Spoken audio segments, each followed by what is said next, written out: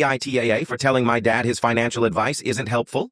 I, 23F, just put a contract on my first home and I am really proud of myself. I am doing it completely on my own with no cosigner and no gifted down payment.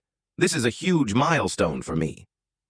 When I told my parents, my mom was excited, but my dad immediately went into his usual "how much" routine.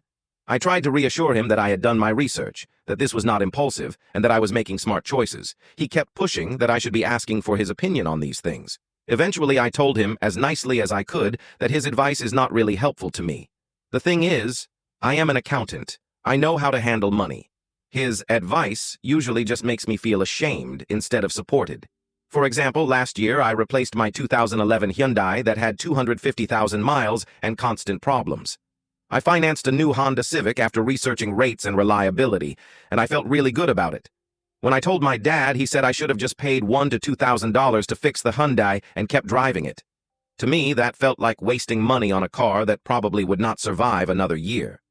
Later, he told me I had hurt his feelings and that I was being disrespectful by not taking his advice. That stung. I am his only kid, and since my parents divorced when I was 3, it has always been me and him.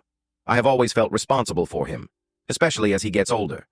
I know his parents lived through the Great Depression and were hoarders, so his money anxieties make sense, but it is still exhausting. Now I feel like I cannot share my accomplishments with him without it turning into a lecture or an argument. I want to keep a good relationship with him, but I also want to be proud of myself without feeling like I have done something wrong. So AITA for telling my dad his financial advice is not helpful? And for anyone else with older parents who think this way, how do you set boundaries without making them feel like you are shutting them out?